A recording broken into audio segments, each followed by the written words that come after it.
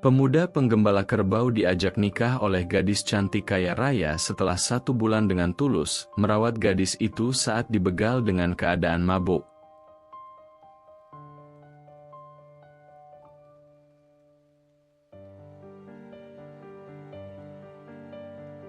Namaku Hidayat, pemuda desa berusia 23 tahun yang hidup di gubuk kecil bersama ibuku, Mak Ranti.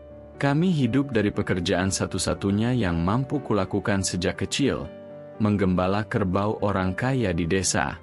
Aku tidak pernah mengeluh meski gaji yang kuterima tidak seberapa. Setiap pagi sebelum matahari terbit, aku berjalan memegang tongkat kecil, mengantar 7 ekor kerbau ke sawah untuk makan rumput. Aku pulang saat matahari tenggelam, badanku bau lumpur, pakaianku sobek-sobek, tapi aku tetap bersyukur karena setidaknya aku bisa memberi makan ibuku. Namun hidup sebagai orang miskin di kampung tidak pernah mudah. Gubuk kami rapuh, bolong di sana-sini, dan setiap hujan pasti bocor. Ibuku sering sakit karena kelelahan bekerja menjadi buruh tani saat muda. Bahkan kerbau-kerbau yang kujaga sebenarnya bukan milikku. Semuanya milik Juragan Ripan, rentenir desa yang kejam dan suka menghina kami. Suatu pagi, udara dingin menusuk kulitku ketika aku membuka pintu gubuk. Embun masih menempel di daun-daun, dan aroma tanah basah menyelimuti desa. Aku menoleh pada ibuku yang sedang mengaduk air di baskom untuk membuat kopi pagi. "Dayat, jangan telat lagi hari ini," ucap Mak Ranti, matanya penuh kekhawatiran. Juragan Ripan tidak suka kalau kerbaunya terlambat ke sawah. Aku tersenyum kecil. "Iya, Mak. Tenang saja. Aku sudah siap. Lagi pula, kerbau-kerbau itu sudah seperti teman sendiri buatku." Mak Ranti menggeleng pelan. Senyumnya lembut tapi sedih. "Aku tahu kau baik, Dayat. Tapi jangan lupa, meski kau jujur dan rajin, dunia ini kadang tidak adil sama orang-orang seperti kita." Aku menunduk sejenak. Kata-kata ibuku selalu menusuk hati. Aku tahu maksudnya. Juragan Ripan bukan hanya orang kaya, tapi juga pemilik hati dingin. Setiap aku melakukan kesalahan sekecil apapun, hinaannya bisa menusuk lebih dalam daripada sabit di ladang. Sesampainya di sawah, kerbau-kerbau itu sudah menunggu. Mereka menggeram pelan, seolah menyadari rutinitas pagi ini adalah satu-satunya hal yang aman dalam hidup mereka. Aku mulai memimpin mereka ke padang rumput, tongkat di tangan sigap menahan kerbau yang mencoba lari ke arah rawa. Dayat!" Terdengar suara kasar dari belakang. Aku menoleh, dan Juragan Ripan berdiri di jalan setapak, memegang topi jeraminya. "Kau bawa mereka terlambat lagi, ya? Lihat saja kalau aku tidak marah." Aku menunduk, menelan ludah. "Maaf, Juragan. Pagi ini, aku berusaha cepat, tapi tanah masih licin karena hujan semalam." Ripan melirik kerbaunya satu persatu, matanya tajam seperti burung elang. "HMPH, jangan bilang kau sudah jujur. Di dunia ini, kebaikanmu tidak akan pernah mengganti kerugianku. Ingat itu, Dayat." Aku hanya mengangguk pelan, menelan rasa malu dan amarah. Aku tahu menentangnya tidak akan membawa apa-apa selain masalah. Seiring matahari mulai menanjak, aku menuntun kerbau-kerbau itu ke padang rumput yang hijau, basah oleh embun pagi. Bau tanah dan rumput membuatku sedikit lega, sejenak melupakan hinaan yang baru saja kudengar. Kerbau-kerbau itu tampak damai, merumput dengan tenang, dan aku duduk di bawah pohon beringin sambil memperhatikan mereka. "Dayat," suara ibuku terngiang di kepalaku, "jangan berhenti jadi orang baik. Tuhan tahu kapan waktunya balas budi." Aku tersenyum sendiri. Kata-kata itu selalu menjadi pegangan hidupku. Meski dunia kadang keras, aku tetap percaya bahwa suatu hari nanti, segala kebaikanku akan menemukan jalannya sendiri. Pulang ke gubuk sore itu, tubuhku letih, bajuku sobek, tangan dan kakiku penuh lumpur. Tapi saat melihat Mak Ranti duduk di bangku kayu sederhana, wajahnya memancarkan kehangatan, aku merasa segalanya masih layak untuk diperjuangkan. "Mak, aku sudah pulang," ucapku sambil menyerahkan beberapa sayur hasil barter dengan tetangga. "Besok aku akan lebih hati-hati supaya kerbau-kerbau itu tidak terlambat." Mak Ranti tersenyum, tangannya mengusap wajahku yang lelah. "Aku bangga padamu, Dayat. Kau tahu, meski hidup ini berat, kau tetap setia dan jujur. Itu lebih penting daripada semua harta di dunia." Aku hanya mengangguk, merasa campur aduk antara lelah, lega, dan sedikit haru. Kata-kata ibuku seperti balsem di hati yang kadang terasa keras karena kerasnya dunia. Malam itu, saat lampu minyak mulai redup, aku duduk di teras gubuk kecil kami. Angin malam membawa aroma hujan yang baru reda, dan suara jangkrik menemaniku. Aku menatap bintang-bintang yang berkelip di langit desa, membayangkan masa depan yang mungkin jauh dari kesulitan ini. "Suatu hari, Mak, suatu hari kita tidak akan lagi hidup seperti ini." Aku berbisik pelan, seolah berbicara kepada angin. "Aku akan pastikan kita punya rumah yang layak, makanan yang cukup, dan hidup tanpa dihina orang kaya yang semena-mena." Mak Ranti yang mendengar bisikanku hanya tersenyum, matanya berkaca-kaca. "Aku tahu, Dayat. Aku percaya padamu. Tapi ingat, jangan pernah berubah karena dunia ini. Jadilah tetap anak yang baik, karena kebaikanmu itu yang akan membawa kita keluar dari kesulitan." Aku menutup mata sejenak, merasakan kehangatan doa ibuku, dan berjanji dalam hati untuk tidak menyerah. Meski hidup keras, meski hinaan dan kesulitan datang silih berganti, aku tetap akan berjalan lurus di jalanku. Karena aku percaya, Tuhan melihat setiap tetes keringat dan air mata yang kita berikan dengan tulus. Keesokan harinya, aku bangun lebih pagi dari biasanya. Embun masih basah di tanah, dan matahari belum menampakkan sinarnya.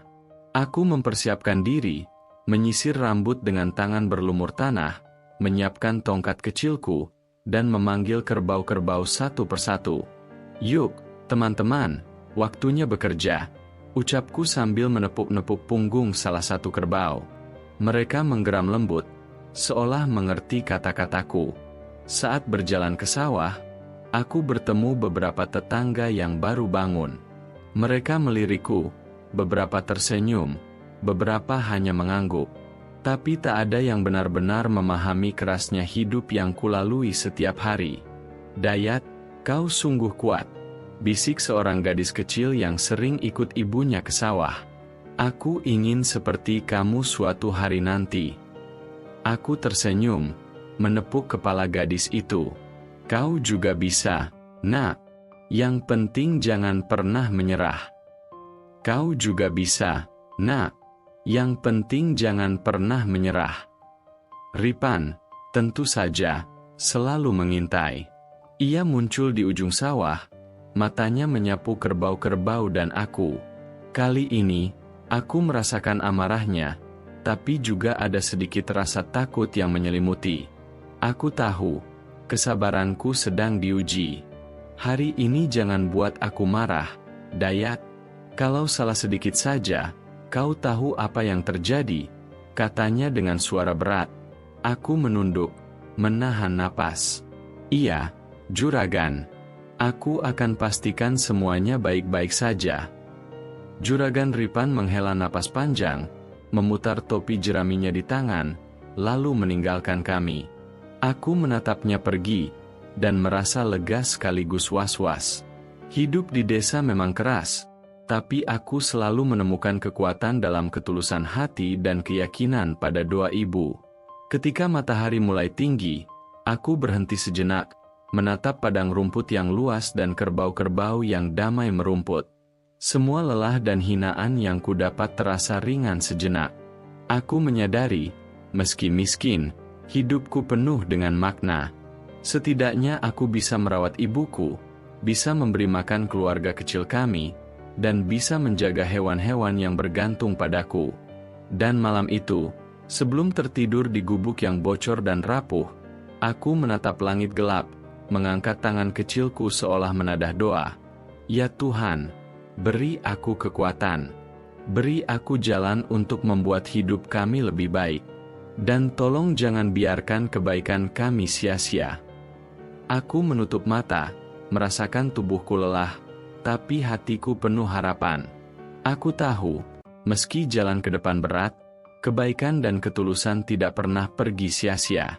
Aku Hidayat, pemuda desa yang miskin, tapi hatinya kaya akan keyakinan dan harapan. Dan aku percaya, suatu hari nanti, dunia akan menoleh pada kami dengan cara yang indah dan adil. Angin semalam begitu keras hingga atap gubuk kami nyaris copot. Saat aku membuka pintu pagi ini, suara kayu yang retak masih terdengar di telinga. Mak Ranti sudah berdiri di teras, wajahnya pucat dan matanya memantau setiap sudut gubuk dengan penuh kecemasan. Dayat, cepat. Kita harus pegang bambu penyangga ini sebelum atapnya benar-benar roboh. Serunya, suaranya bergetar karena panik. Aku segera berlari menghampiri, tangan memegang bambu di sisi lain. Iya, Mak. Pegang sisi itu, aku pegang sini. Jawabku, berusaha menenangkan diri. Angin yang sesekali menerpa membuat atap berguncang keras, seolah ingin merobohkan gubuk kami dalam sekejap. Mak Ranti menggigit bibirnya, menahan napas. Aku takut, Dayat, kalau atap ini jatuh, kita bisa terluka. Aku juga takut, Mak, tapi kita harus bertahan.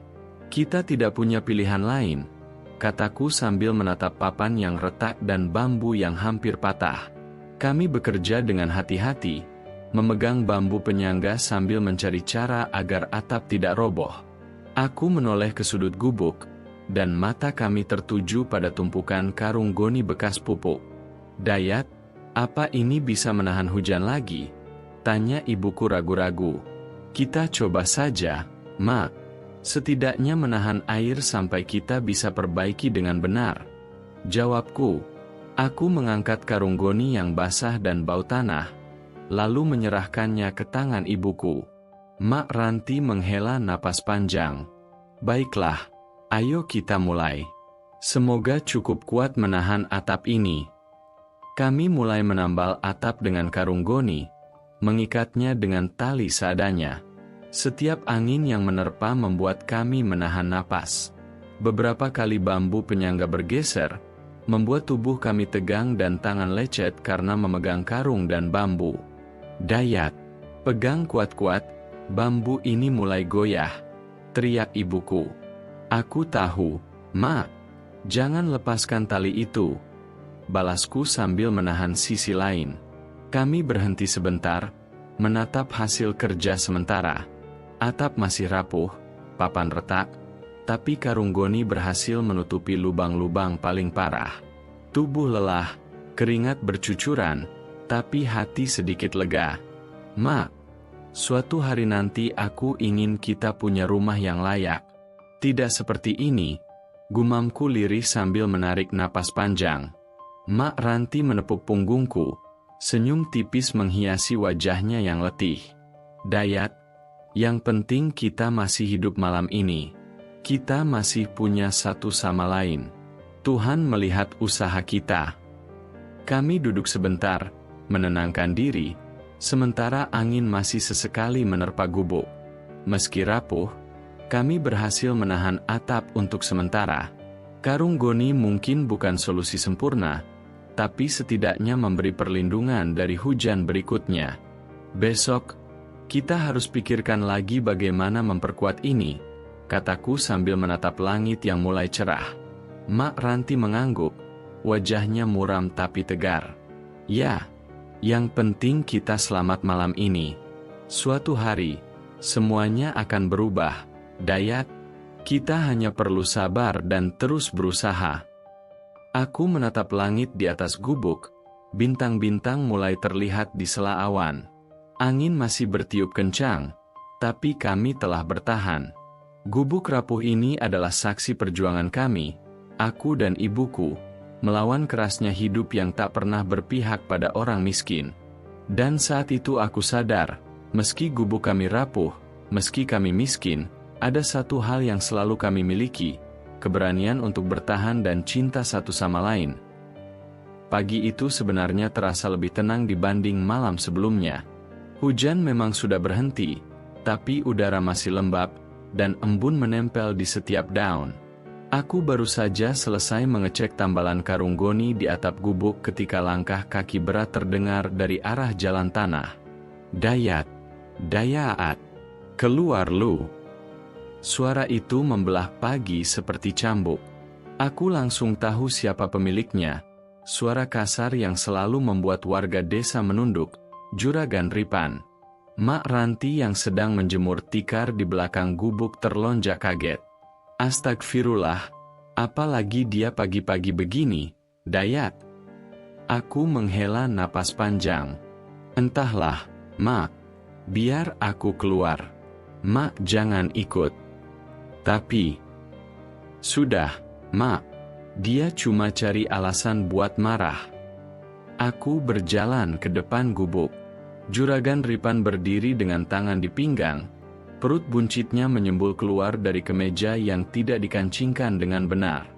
Napasnya berat, wajahnya memerah seperti udang rebus, dan matanya menyipit tajam ke arahku.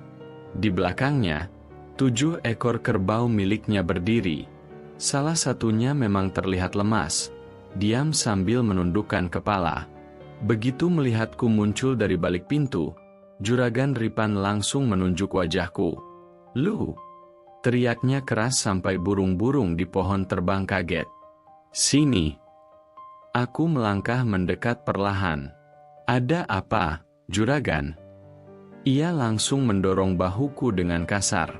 Jangan pura-pura blon. Nih, lihat kerbau gue. Ia menunjuk ke hewan yang sakit dengan tongkat pendek. Kenapa dia begini? Hah? Kenapa? Aku menelan ludah, tetap menunduk. Tadi malam angin besar, Juragan. Mungkin dia kedinginan. Kedinginan pala lu. Bentaknya. Lu itu kerja atau tidur? Kalau jaga, ya jaga. Kerbau ini harganya lebih mahal dari hidup lu. Mak Ranti muncul pelan-pelan dari belakang gubuk. Wajahnya penuh cemas. Juragan, jangan main dorong anak saya. Dayat sudah menjaga sejak pagi buta. Dia. Juragan Ripan menatap ibu dengan tajam. Bu Ranti, saya ngomong sama anak ibu. Jangan ikut campur. Mak Ranti langsung terdiam. Tapi aku melihat tangan ibuku gemetar. Hatinya pasti pedih melihatku dihina seperti itu. Aku menggenggam tangan sendiri kuat-kuat agar tidak terpancing. Juragan, kerbau ini memang terlihat lemas. Tapi setiap hari saya... Diam! Bentak Ripan lagi. Lu itu cuma penggembala. Tugas lu cuma jaga. Titik. Ia menarik kerah bajuku, mendekatkan wajahnya yang bau arak dan keringat. Kalau kerbau gue mati, lu bayar. Dan kalau lu nggak punya uang. Ia sengaja berhenti sebentar, memberi tekanan pada tiap kata, lalu melanjutkan sambil menjentikan jarinya tepat di depan hidungku. Gubuk ini gue sita. Emak lu gue usir. Mak Ranti langsung menutup mulut, wajahnya memucat. Ya Allah, Juragan. Aku mengepalkan tangan sampai buku jariku memutih. Aku ingin berteriak. Aku ingin membalas. Tapi aku tahu batasku. Aku hanyalah laki-laki miskin yang hidup dari belas kasihan orang kaya seperti dia. Aku menunduk lebih dalam. Maafkan saya, Juragan. Tapi kerbau ini saya jaga dengan baik. Saya tidak pernah. Alesan. Lu selalu alesan. Ripan menendang batu kecil ke arahku. Kerbau gue tuh Hasep. Kalau dia mati, kerugian gue bisa jutaan. Lu pikir gue mau rugi karena kebodohan lu? Aku mengatupkan rahang. Aku bukan bodoh. aku hanya miskin. Tapi kata-kata itu hanya berani kusimpan dalam hati. Juragan Ripan meludah ke tanah. Dengar baik-baik, Dayat. Gue kasih waktu 2 hari. 2 hari aja. Kalau kerbau ini tambah parah atau mati. Ia pura-pura mengusap dagu, lalu menunjuk gubuk kami yang reyot. Gue ambil tuh gubuk lapuk buat bayar ganti rugi. Mak Ranti tak tahan lagi. Ia maju beberapa langkah. Juragan, rumah ini satu-satunya tempat tinggal kami. Dayat sudah. Ripan mengangkat tangan, menghentikannya. Bu Ranti, saya ngerti hidup ibu susah. Tapi saya juga punya urusan. Kerbau saya mati, saya rugi. Mau makan apa anak dan cucu saya? Juragan, tolonglah. Suara ibu bergetar, hampir pecah. Gubuk ini, kalau diambil, kami tinggal di mana? Juragan Ripan memalingkan wajah seolah iba, namun jelas itu pura-pura. Ya cari tempat lain, lah. Atau, ibu bisa kerja di rumah saya. Jadi pembantu. Upah kecil, tapi lumayan buat hidup. Juragan, seruku spontan, darahku mendidih. Jangan bicara begitu ke ibu saya. Ripan langsung menatapku, mengangkat alis sinis. Oh, sekarang lu mulai berani ya? Gara-gara apa? Gara-gara lu pikir lu punya hak melawan gue. Aku memalingkan wajah. Bukan begitu. Hanya saja, jangan hina ibu saya. Ia tertawa pendek, pahit, meremehkan. Kalau lu nggak mau emak lu saya hina, ya buktikan lu bisa kerja bener. Jangan sampai kerbau gue mati.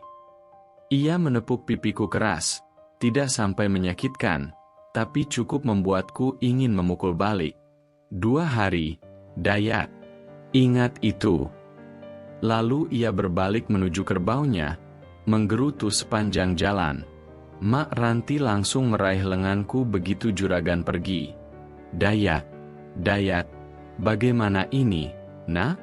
Kalau kerbaunya mati, kita diusir. Aku menarik napas panjang, menenangkan ibu. Mak, tenang dulu. Kerbau itu cuma sakit biasa. Aku bakal cari daun obat. Aku juga bakal rawat dia baik-baik di sawah nanti.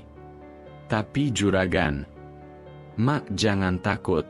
Selama aku masih hidup, aku nggak bakal biarkan gubuk ini diambil. Kita sudah kehilangan banyak hal. Rumah ini jangan. Aku memegang pundak ibu. Tangannya masih gemetar. Mak percaya sama aku. Ia menutup mulut, menahan tangis, lalu mengangguk pelan. Percaya? Ibu percaya? Aku tersenyum tipis, meski hatiku sendiri bergetar hebat. Bagus. Sekarang Mak masuk dulu. Istirahat. Biar aku siapkan segala yang diperlukan.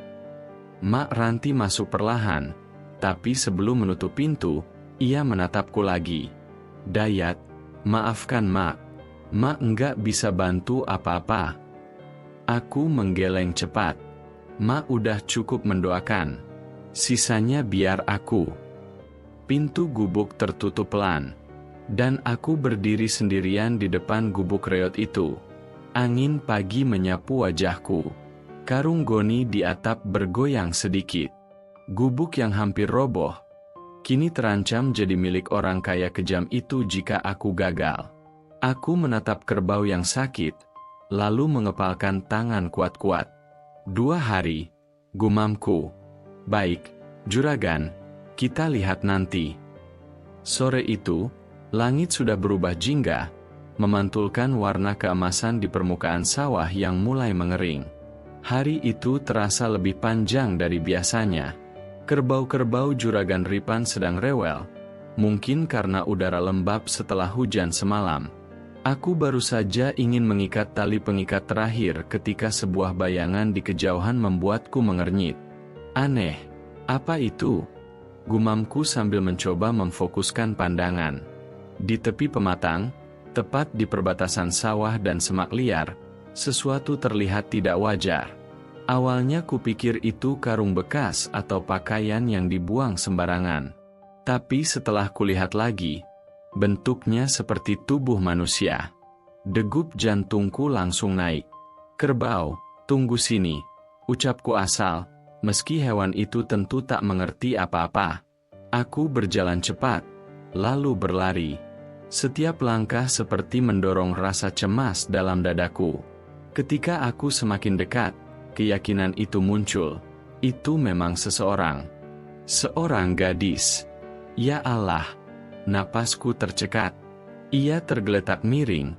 Rambutnya berantakan menutupi sebagian wajah. Baju yang ia kenakan sobek di beberapa tempat. Kainnya kotor oleh tanah dan lumpur. Tangannya penuh lecet, dan ada lebam jelas di dekat pergelangan. Aroma alkohol samar tercium saat aku mendekat, bercampur dengan bau tanah basah.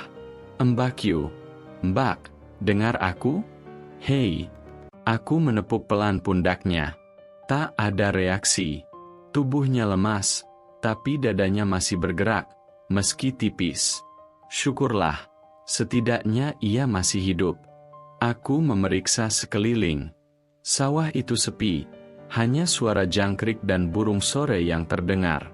Tidak terlihat satu orang pun. Pematang itu jauh dari rumah warga, dan jika malam datang, tempat ini benar-benar gelap. "Siapa yang buang kamu di sini?" gumamku, lebih kepada diriku sendiri. Kupandangi lebam di tangannya, seperti bekas dicekik atau diikat. Di sudut matanya juga tampak bekas air mata yang sudah mengering, meninggalkan garis samar di pipinya. "Gila, ini pasti ulah orang yang tidak punya hati," desisku, kesal dan marah bercampur. Aku menggoyangkan tubuhnya sedikit. "Mbak, tolong bangun. Kalau kamu tetap di sini sampai malam, kamu bisa mati kedinginan." Lagi-lagi tidak ada jawaban. Aku tahu pilihan itu tidak banyak. Jika kubiarkan dia di sana, risiko terburuknya adalah kematian. Jika kubawa ke pos ronda atau rumah kepala desa, aku harus menjelaskan panjang lebar, dan keadaan gadis itu mungkin akan semakin buruk karena orang-orang bisa salah paham. Sementara waktu terus berjalan, matahari semakin tenggelam. Dengan napas berat, aku berjongkok dan mengangkat tubuhnya ke gendongan. Tubuhnya ringan, tapi aku sudah terlalu letih setelah seharian menggembala. Punggungku terasa seperti ditusuk, namun aku tetap menggigit bibir dan menahan semua. "Bertahan sedikit lagi, Mbak," ucapku sambil memantapkan posisi menggendong. "Aku bawa kamu ke tempat yang aman." Gubukku berada sekitar 10 menit berjalan kaki dari situ. Mungkin terlihat jauh ketika menggendong seseorang, tapi aku tidak punya pilihan lain. Aku melangkah pelan, berusaha menjaga keseimbangan di pematang yang sempit. Di perjalanan, gadis itu sempat merintih pelan. "Aduh!" Suaranya kecil, hampir tak terdengar. Aku langsung menoleh. "Kamu sadar? Halo? Kamu bisa dengar aku?" Kelopak matanya bergerak sedikit. Napasnya putus-putus. "Di mana aku?" "Kita masih di sawah. Kamu pingsan. Aku lagi bawa kamu ke gubuk. Tahan sedikit lagi." Ia mencoba memegang dadaku, tapi tangannya jatuh kembali. Aku takut." Suara itu terdengar serak, seperti seseorang yang sudah berteriak atau menangis sepanjang malam. "Tenang," kataku lembut. "Kamu aman sekarang. Aku nggak bakal sakitin kamu." Ia terdiam, mungkin karena lelah atau pingsan lagi. Ketika gubukku mulai terlihat dari kejauhan, aku merasa sedikit lega. Meskipun kecil dan rapuh, setidaknya itu tempat berteduh. Begitu sampai di pintu gubuk, aku menurunkannya perlahan di atas tikar paling bersih yang kumiliki. Nafasku terengah-engah, keringat seperti mengucur dari seluruh tubuh. "Ya Allah, berat juga ternyata," keluhku sambil mengusap kening. Ibu yang sedang membersihkan beras terkejut begitu melihatku masuk membawa seseorang. Ya Allah, Dayat. Siapa itu? Kenapa kamu bawa perempuan pingsan ke gubuk?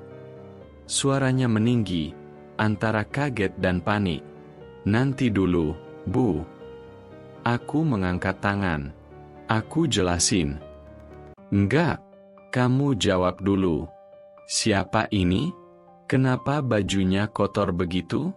Dayat, jangan bilang kamu. Bu, seruku, sedikit keras. Aku ketemu dia tergeletak di pematang sawah. Dia luka-luka. Kalau aku tinggalin dia bisa mati. Ibu terdiam, tapi wajahnya masih tegang. Aku mendekati gadis itu lagi dan memeriksa wajahnya. Ia masih sangat pucat. Perutnya bergerak naik turun perlahan. Ibu lihat sendiri kan? Masak aku biarin gitu aja. Ibu akhirnya menghela napas panjang. Ya Allah, zaman sekarang banyak fitnah, Dayat. Perempuan pingsan dibawa ke rumah begini, orang bisa mikir macam-macam. Aku tahu. Aku menatapnya. Tapi aku nggak bisa tutup mata. Ibu menatap gadis itu lama, lalu mengangguk kecil. Baiklah, tapi kalau dia sudah sadar dan bisa bicara, kita harus cari keluarganya. Ya. Aku mengambil ember kecil dan kain bersih seadanya. Air sumur dingin mengalir melalui kain saat kuperas pelan. Kemudian aku mengusap wajah gadis itu. Kotoran lumpur mulai hilang, memperlihatkan wajah yang sebenarnya cukup cantik. Hidung mancung, kulit halus meski sekarang penuh goresan. Saat aku membersihkan dahinya, kelopak matanya bergerak lagi. Ia membuka mata, walau hanya setengah. Di mana aku? Suaranya lemah, nyaris terputus. Kamu di gubukku, jawabku pelan. Aku yang nemuin kamu di sawah. Wajahnya menegang. Sawah? Tadi, aku. Ia menghentikan kalimat itu. Matanya berkaca-kaca. Jangan paksain ngomong dulu, kataku. Kamu butuh istirahat. Ia memegang tanganku. Refleks atau ketakutan, aku tidak tahu. Mereka jahat. Ibu mendekat. Nak, siapa yang jahat? Kamu dikejar orang. Gadis itu menggigit bibirnya dan menangis pelan. Tangisannya tidak keras, tapi seperti menyayat hati. Aku menatap ibu, dan ibu menatapku balik. Ada kegelisahan di matanya. Mbak, kataku lembut. Kalau kamu nggak nyaman cerita sekarang, nggak apa-apa. Yang penting kamu aman dulu. Ia memejamkan mata, tapi air mata terus jatuh di pipi. Setelah beberapa menit, ia berkata lirih, hampir berbisik. Aku dipaksa minum. Aku nggak mau, tapi mereka ambil tas aku. Mereka. Ia kembali terisak. Dadaku terasa panas. Siapa mereka? Teman kamu? Orang asing? Dia tak menjawab, hanya menangis dan memegang dadanya seolah berusaha meyakinkan dirinya bahwa ia masih hidup. Ibu menepuk bahunya dengan lembut. Nak, kamu istirahat dulu, ya. Kamu aman di sini. Tidak ada yang bakal ganggu kamu. Gadis itu akhirnya tertidur. Mungkin karena lelah atau efek alkohol yang masih tersisa. Aku dan ibu duduk di dekat pintu gubuk, menatapnya. Dayat, ibu mulai bicara, suaranya pelan. Ini bukan masalah kecil. Perempuan pingsan, luka-luka, dibawa ke rumah kita, orang luar bisa salah sangka. Aku mengangguk. Aku ngerti, Bu. Tapi aku nggak bisa tinggalin dia. Ibu menyandarkan punggung ke dinding bambu yang sudah rapuh. Semoga besok dia bisa cerita lebih jelas. Aku menatap gadis itu lama, memperhatikan napasnya yang mulai stabil. Di luar, malam mulai turun. Suara jangkrik semakin ramai. Angin lembut berhembus masuk lewat celah dinding gubuk. Saat itu, entah kenapa, aku merasa hidupku akan berubah. Aku tidak tahu siapa gadis itu, dari mana asalnya, atau apa yang telah terjadi padanya. Tapi aku tahu satu hal. Malam itu adalah awal dari sesuatu yang belum pernah kubayangkan sebelumnya. Aku menatap ibuku, Mak Ranti, yang wajahnya masih tegang melihat gadis yang aku gendong masuk ke dalam gubuk. Mata ibuku menyapu seluruh tubuh gadis itu, luka, baju kotor, dan bekas lebam di tangannya. Dayat, apa-apaan ini? Kenapa kau bawa dia ke rumah kita? Suara ibu bergetar, antara cemas dan marah. Aku meletakkan gadis itu perlahan di tikar tipis di lantai gubuk. Ibu, dia tergeletak di tepi sawah. Aku nggak bisa tinggalin dia begitu saja. Dia hampir mati, Bu. Ibuku menghela napas panjang, matanya berkaca-kaca. Astagfirullah, anak ibu, selalu baik hati, tapi kita nggak punya apa-apa, Dayat. Aku mengangguk, mencoba menenangkan dirinya dan diriku sendiri. Aku tahu, Bu, tapi kita harus coba. Kita nggak bisa biarkan dia terlantar. Ibu langsung beringsut, mengambil kain basah yang tadi dicelupkan ke air sumur. Baiklah, kalau begitu, kita bersihkan dia dulu. Aku menunduk, melihat ibu mulai mengusap wajah gadis itu dengan lembut. Gadis itu mengerang pelan, membuka mata setengah, pandangan bingung dan samar. Tenang, Nak. Kita cuma bersihin kotorannya, nggak akan sakitinmu, kata ibuku sambil tersenyum lembut. Gadis itu menghela napas panjang, menutup matanya lagi. Tubuhnya gemetar, mungkin karena dingin atau trauma. Aku menatap luka-luka di lutut dan tangannya. Beberapa goresan tampak merah dan kering, beberapa lebam gelap. Dayat, kita harus bersihkan lukanya juga, kata ibu sambil mengambil kain lain dan sedikit air hangat. Aku menunduk, hati berdebar, lalu mengusap kotoran dari lutut gadis itu dengan perlahan. Hati-hati, Nak, ini cuma pembersihan ringan. Nggak sakit, kan? Gadis itu mendesah pelan, tapi tidak menolak. Perlahan, aku mulai memeriksa denyut nadinya di pergelangan tangan. Napasnya masih lemah, tapi stabil. Syukurlah, itu pertanda dia masih hidup. Dayat, buatkan air hangat juga, ibu menambahkan. Biar dia bisa minum dan sedikit hangatkan tubuhnya. Aku cepat-cepat mengambil panci kecil, menaruh air di atas tungku bambu, dan menyalakan api seadanya. Saat air mulai panas, aku menuangkannya ke gelas kecil yang kubuat dari bambu. Kemudian aku menunduk, menepuk punggung gadis itu perlahan. Mau minum sedikit, Nak? Tenang, kita nggak akan sakitinmu. Ia menatapku dengan mata sayu, lalu menerima sedikit air yang kuletakkan di bibirnya. Hanya beberapa tegukan, tapi itu cukup membuatnya sedikit lebih tenang. Ibu memandangku sambil mengusap rambutnya yang berantakan. Dayat, lihat dia lelah banget. Kita nggak punya banyak, tapi setidaknya bisa kasih dia tempat aman. Aku menunduk, menatap gadis itu dengan penuh rasa kasihan. Iya, Bu, aku nggak tahu siapa dia, tapi aku nggak bisa tinggal diam. Setelah itu, ibu mengambil kain tipis dan membaringkan gadis itu di tikar dengan hati-hati. Aku menutupi tubuhnya dengan kain lain agar hangat. Gadis itu mengerang pelan ketika tubuhnya disentuh, tapi kemudian menenangkan diri, membiarkan kami merawatnya. Mak, kita lakukan yang terbaik saja. Luka-lukanya nggak terlalu parah, tapi kalau nggak kita rawat, bisa infeksi, kataku sambil memeriksa lagi lebam di tangannya. Ibuku mengangguk. Ya, kita nggak punya banyak obat, tapi kita punya hati.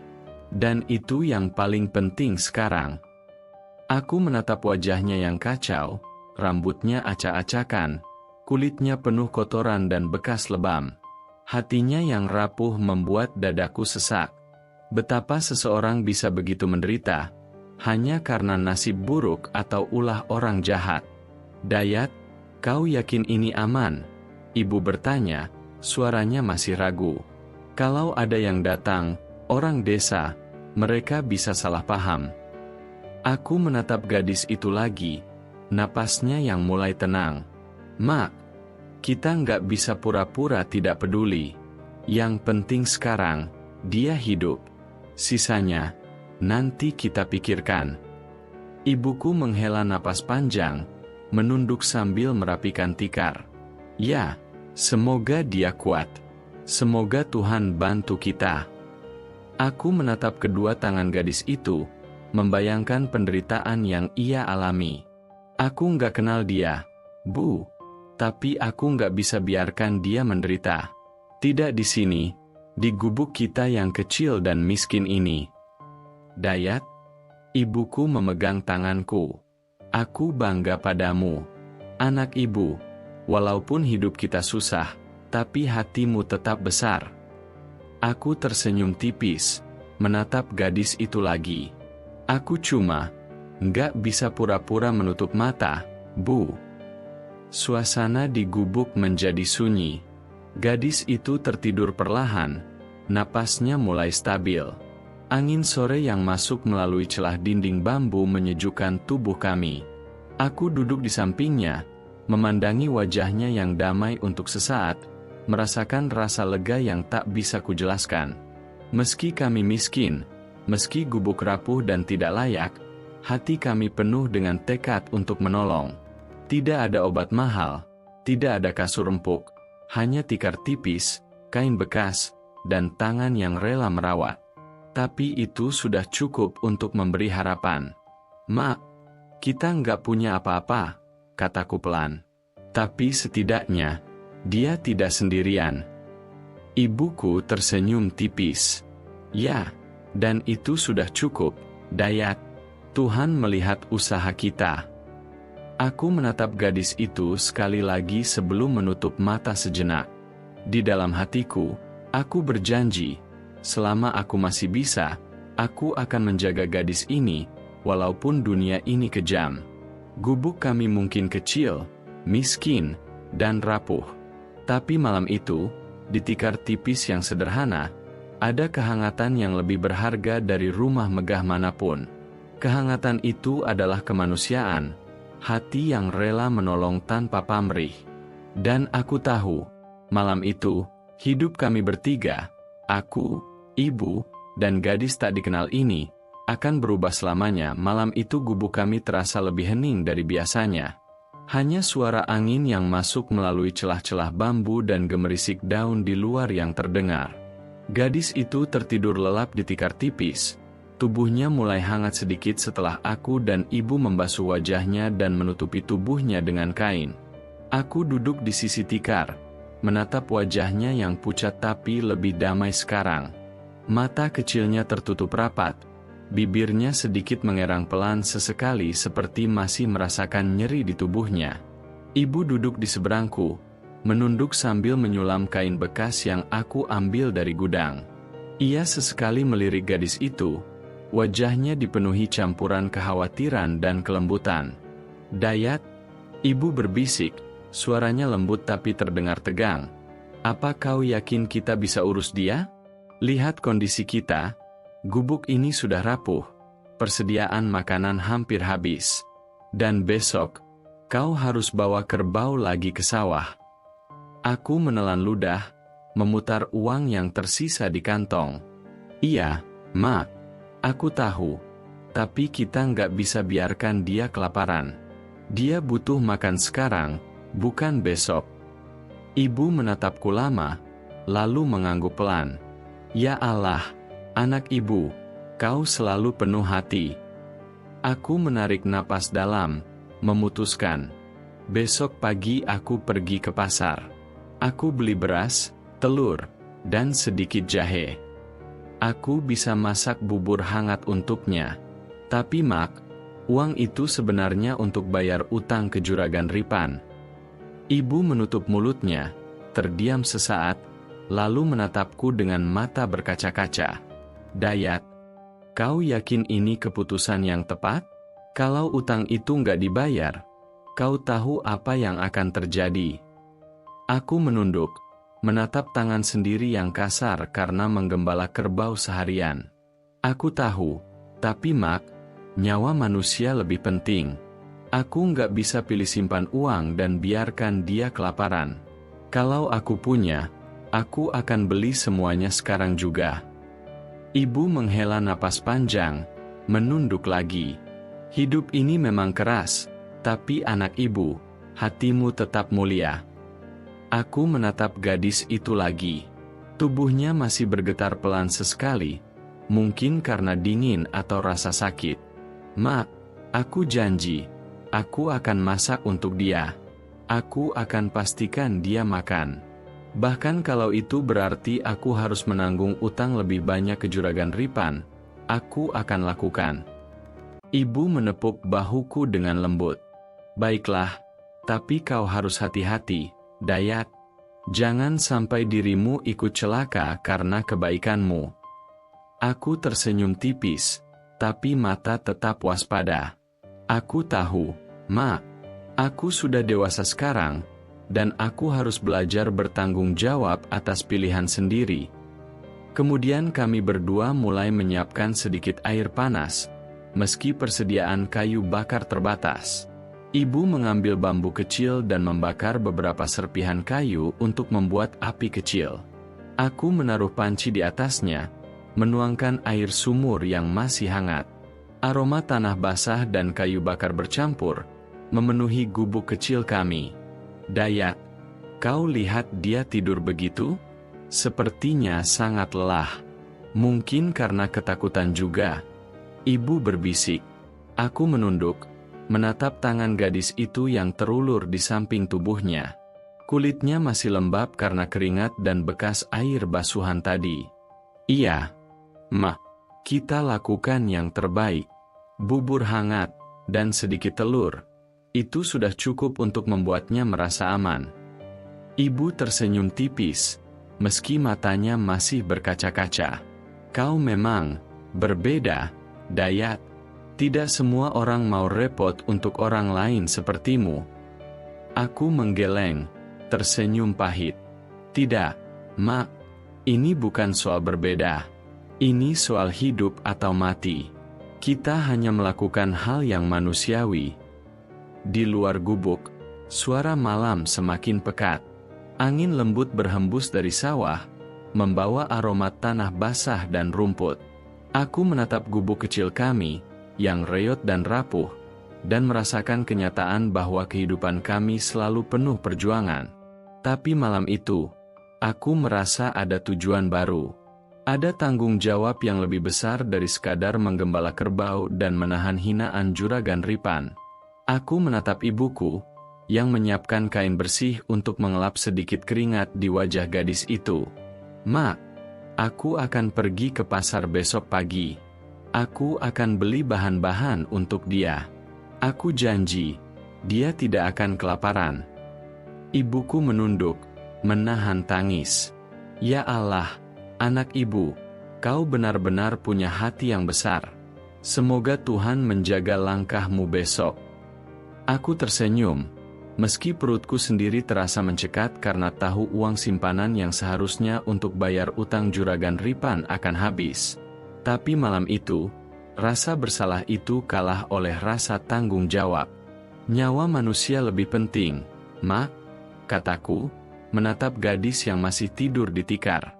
Ibuku hanya mengangguk, matanya berkaca-kaca, tersenyum tipis namun penuh kelegaan. Iya, anak ibu, nyawa manusia memang lebih penting. Dan malam itu, di gubuk yang rapuh dan miskin, kami menatap satu sama lain, tahu bahwa meski kehidupan penuh kesulitan dan keterbatasan, hati yang tulus tetap mampu memberi kehidupan, bahkan kepada orang yang sama sekali tidak kami kenal. Aku menutup mata sejenak, merasakan beban hidup yang menumpuk, tapi juga ada secercah harapan. Esok pagi, aku akan berjuang lagi. Untuk kerbau, Untuk ibuku, dan untuk gadis tak dikenal ini yang kini tergantung hidupnya pada tangan kami yang kecil dan tak berdaya ini. Pagi itu matahari baru saja menembus celah-celah bambu gubuk kami ketika aku keluar menyiapkan kerbau untuk dibawa ke sawah. Udara pagi terasa segar, tapi ada ketegangan samar yang membuat dadaku sedikit sesak. Sesampainya di pematang dekat gubuk, aku melihat beberapa warga desa sudah berdiri di tepi jalan, mengobrol berbisik-bisik sambil menatap ke arah gubuk kami. Suara mereka terdengar samar tapi jelas bagi telingaku. Lihat, si Hidayat bawa pulang cewek kota ke gubuknya. Ah, pasti cewek itu kabur dari rumahnya. Jangan-jangan anak itu mau bikin masalah. Bahaya, ya. Siapa tahu dia ada niat nggak baik sama Hidayat. Kita harus ngawasi dia. Hatiku langsung panas, tapi aku menahan emosi. Aku sudah terbiasa disalahpahami orang desa. Setiap kali juragan Ripan marah atau tetangga menertawakan gubuk kami, aku hanya bisa diam. Sekarang pun, gosip seperti ini bukan hal baru. Aku menghela napas panjang dan mendekat. Selamat pagi, Pak Wira. Butini. Sapaku dengan lembut, berusaha tetap sopan. Mereka menatapku dengan mata waspada, wajah penuh curiga. Hidayat, kita dengar kau bawa cewek itu kemari. Apa maksudmu? Tanya Pak Wira, nada suaranya tinggi dan sedikit menuduh. Aku menatapnya datar. Pak, Bu, tolong jangan salah paham. Aku nemuin dia di sawah, tubuhnya luka-luka dan lemas. Aku nggak bisa tinggalin dia di sana. Itu saja. Butini mengerutkan dahi. Luka-luka? Kamu bilang begitu? Tapi, apa kalian yakin dia aman? Jangan sampai terjadi hal buruk di gubuk kecil kalian itu. Aku mengangguk. Aku dan ibu sudah merawatnya semalam. Dia hanya butuh istirahat dan makanan hangat. Tidak ada yang perlu dikhawatirkan. Seorang remaja desa menimpali dengan nada mengejek. Tapi kenapa dia perempuan kota? Kenapa enggak dibawa ke rumah kepala desa saja? Kenapa ke gubuk Hidayat yang reot itu? Aku menarik napas dalam. Karena tempat lain terlalu jauh, dan waktu itu dia hampir mati. Kami cuma ingin dia selamat. Mereka saling berpandangan, lalu beberapa menunduk, tampak ragu, tapi bisik-bisik mereka tetap terdengar. Tapi kalau Hidayat bawa cewek kota ke sini, jangan-jangan nanti ada masalah besar. Aku menegakkan tubuh, mencoba menahan amarah yang mulai muncul. Dengar, ini bukan soal masalah atau gosip. Ini soal hidupnya. Aku tidak peduli apa yang orang pikirkan. Yang penting dia selamat. Butini terlihat agak terkesan, tapi tetap waspada. Kau benar, tapi hati-hati, Hidayat. Desa ini suka cepat menilai tanpa tahu kenyataannya. Aku mengangguk pelan, menatap gadis itu yang masih terbaring di tikar ketika salah seorang tetangga mencoba mendekat untuk memastikan kebenaran cerita. Jangan terlalu dekat, Pak.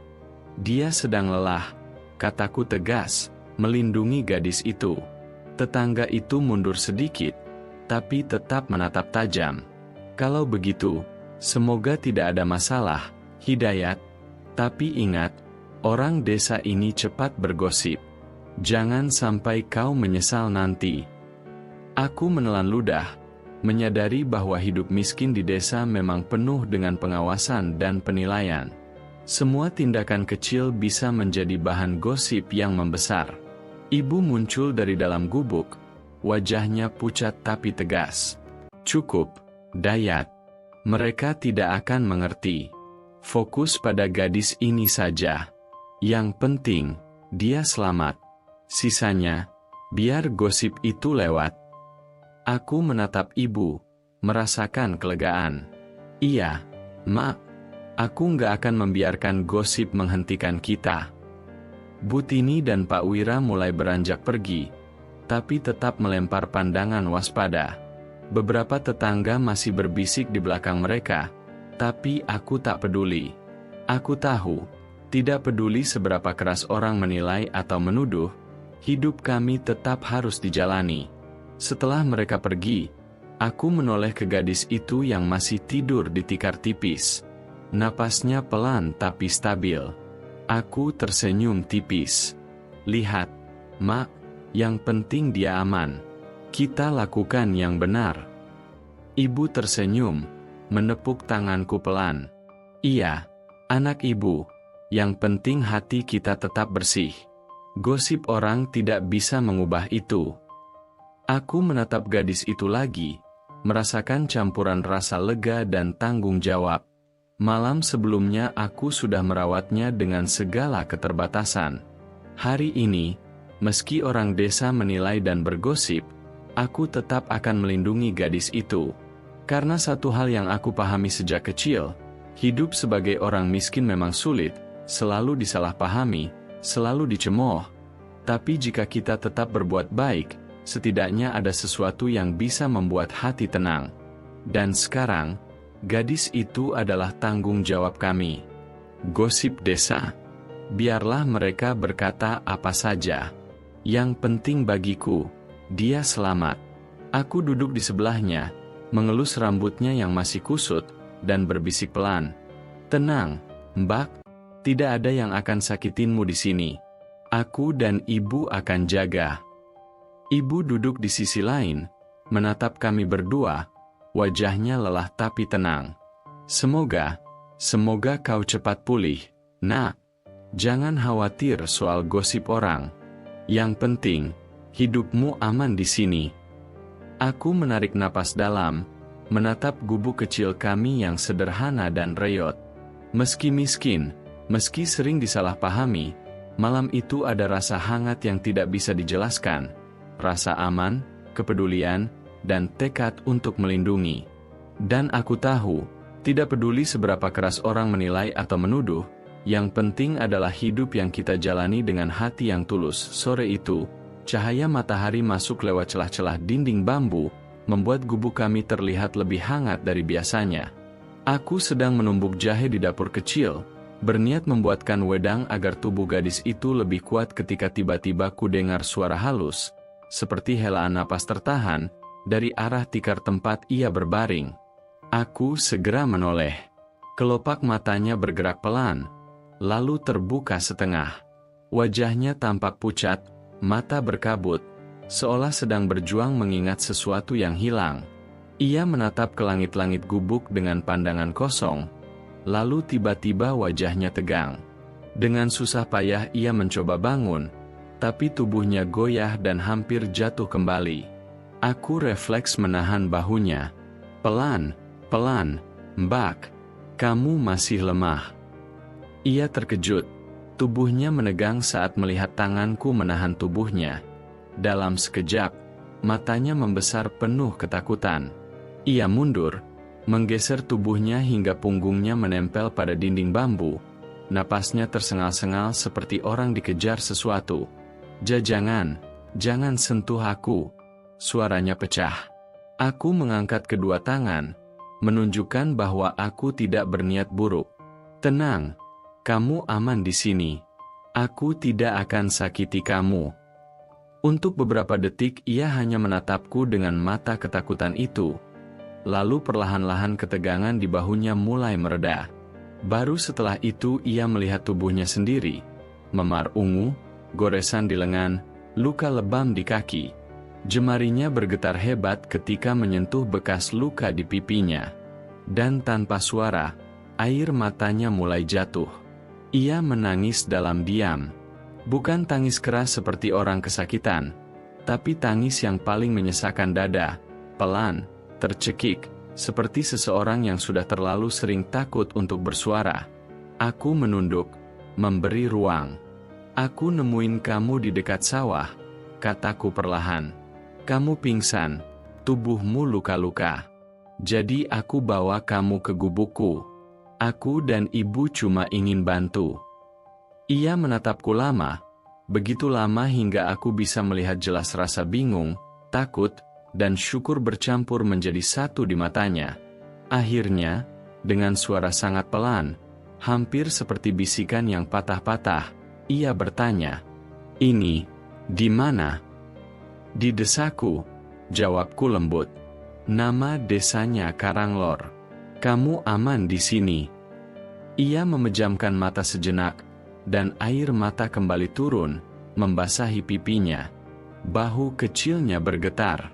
Lama sekali ia tak berkata apa-apa. Hanya menangis tanpa suara, sambil menggenggam ujung kain selimut seakan itu satu-satunya pegangan dalam hidupnya. Lalu akhirnya ia membuka mata, menatapku dengan pandangan yang lebih lembut daripada sebelumnya. "Terima kasih." Suaranya serak. "Kalau bukan kamu, mungkin aku sudah mati." Aku menelan ludah, merasa dada sedikit sesak mendengar kalimat itu. Aku cuma melakukan apa yang seharusnya. Ia menggeleng pelan. Tidak semua orang mau menolong orang asing, terutama orang sepertiku." Ia terdiam lagi. Lalu, setelah lama menatap lantai bambu, dengan suara berat dan hampir pudar, ia berkata, "Namaku Lila." Hanya itu. Tidak ada nama belakang. Tidak ada cerita tentang dari mana ia datang. Tidak ada penjelasan tentang luka-luka itu. Dan dari caranya menggenggam selimut erat-erat, aku tahu, ia menyembunyikan sesuatu yang sangat berat. Aku tidak bertanya lebih lanjut. "Belum sekarang. Yang penting dia selamat." Ibu datang dari belakang, membawa semangkuk bubur. Begitu melihat ibu, Lila tampak lebih tenang, seolah sosok perempuan tua memberi sedikit rasa aman yang hilang darinya. Ibu tersenyum lembut. "Nak, makan sedikit dulu, ya. Biar tubuhmu kuat." Lila menatap ibu, lalu menatap aku, lalu bubur itu, dan akhirnya mengangguk kecil. Saat ia mulai makan dengan perlahan, aku hanya duduk di sudut gubuk, memperhatikan. Dalam hatiku, hanya ada satu pikiran. Apapun yang ia sembunyikan, apapun masa lalunya, semua itu lebih kelam daripada yang bisa kubayangkan. Dan tanpa sadar, hari itu aku mulai merasakan sesuatu yang bahkan aku sendiri tidak mengerti. Perasaan ingin menjaga gadis bernama Lila itu, apapun risikonya. Hari-hari setelah Lila sadar, gubuk kecil kami menjadi lebih hidup, meski tetap sederhana dan penuh keterbatasan. Setiap pagi, sebelum matahari menampakkan sinarnya di langit desa, aku sudah bersiap membawa kerbau ke sawah. Lila, meski masih lemah, selalu ikut sebentar untuk melihat kami memulai aktivitas. Ia menatap sawah luas yang hijau dan berkilau terkena embun pagi. "Dayat, kalian benar-benar harus bangun secepat ini setiap hari?" tanyanya suatu pagi, matanya masih sayu karena kurang tidur. Aku tersenyum tipis sambil menepuk pundaknya. "Iya, Nak. Kalau kita mau makan dan hidup, harus begitu. Kerbau-kerbau itu juga harus diberi makan pagi." Lila mengangguk pelan, matanya menyapu pemandangan sawah yang luas. Sesaat, ia terlihat terpesona. "Indah, tapi berat sekali." Aku mengangguk. "Iya. Tapi ini hidup kami sehari-hari. Tidak ada yang mudah, tapi ini juga memberi kami sesuatu. Tenaga, keringat, dan rasa syukur." Ketika kembali ke gubuk, ia mulai melihat kehidupan kami yang miskin tapi penuh perjuangan. Pagi-pagi itu ia ikut ibu menyiapkan sarapan sederhana, nasi hangat, sedikit garam, dan air hangat. "Ini saja yang kalian makan tiap hari?" tanyanya sambil menatap mangkuk nasi kecilnya. Ibu tersenyum lembut. "Ya, Nak. Tapi cukup untuk tubuh kita. Tuhan selalu kasih rezeki seadanya. Dan kalau hati kita tenang, rasa lapar pun terasa ringan." Lila menatap nasi itu, lalu tersenyum pelan, seperti sedang belajar menerima kehidupan sederhana. Ia membantu ibu menyapu halaman, mengangkat beberapa pot tanaman, dan mencuci peralatan makan di sungai dekat gubuk. "Lihat, Dayat, air sungai ini dingin banget," katanya sambil tertawa kecil, memercikan air ke wajahku saat aku sedang mencuci sabun dari badan. Aku tertawa, walau tubuhku menggigil karena dingin. "Haha, Nak, kalau mandi di sungai nggak basah, mana bersih?" Jawabku sambil mengelap wajah yang basah. Ia tertawa lagi, suaranya ringan, menimbulkan kebahagiaan yang sebelumnya jarang terdengar di gubuk kami. Aku menatapnya, merasa ada perubahan halus dalam dirinya. Ketakutan perlahan diganti rasa penasaran dan keterbukaan.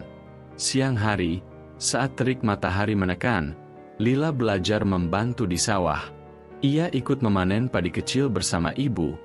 Tangan mungilnya mencoba menarik batang padi sambil sesekali mengeluh karena berat. "Dayat, ini benar-benar melelahkan," katanya sambil duduk sejenak di pematang sawah, menatap padi yang berkilau. Aku menepuk bahunya. "Iya, Nak, tapi lihat hasilnya. Kita bekerja keras, kita dapat makanan. Dan kalau mau hidup, kerja keras itu harus diterima." Ia mengangguk, menunduk, lalu tersenyum tipis. Ada rasa kebanggaan yang baru di matanya. Malam harinya, setelah matahari tenggelam dan gubuk kembali gelap, kami menyalakan minyak lampu seadanya. Lila duduk di lantai, menyusun peralatan makan yang telah dicuci, sambil sesekali menatap ibu yang duduk di sebelah tungku. "Hidayat, hidup kalian berat sekali," katanya pelan, suaranya hampir berbisik. Tapi entah kenapa, aku merasa damai di sini. Aku tersenyum, menatapnya sekilas. Tidak tahu harus menjawab apa. Kata-katanya sederhana, tapi terasa sangat dalam. Di gubuk yang reot ini, di tengah keterbatasan, ada perasaan damai yang tak terduga.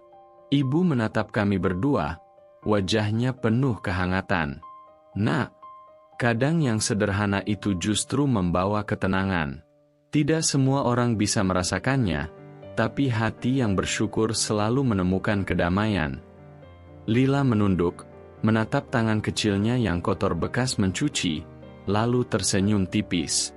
Aku mulai mengerti sekarang. Dulu aku selalu ingin hidup nyaman, punya semua yang aku mau. Tapi di sini, aku merasa sesuatu yang berbeda. Sesuatu yang hangat. Aku mengangguk, tersenyum, menepuk bahunya perlahan. "Ya, Nak, itu namanya bersyukur. Dan itu lebih berharga daripada semua kemewahan di dunia." Sejak hari itu, Lila mulai berubah perlahan. Ia tidak lagi bingung atau ketakutan setiap melihat kami bekerja. Ia ikut membantu dengan tulus, memasak nasi, menyapu halaman, mencuci peralatan makan, bahkan sesekali ikut membantu memberi makan kerbau di pagi hari. Tawa kecilnya, spontan dan murni, mulai sering terdengar di gubuk. Ia menatap dunia dengan cara berbeda, menghargai hal-hal sederhana yang sebelumnya tak pernah ia pedulikan. Malam itu, aku hanya duduk di sisi tikar sambil menatapnya tidur. Tubuhnya masih lemah tapi aura damai mulai terpancar. Aku menatap ibu, yang tersenyum tipis, lalu menatap Lila lagi.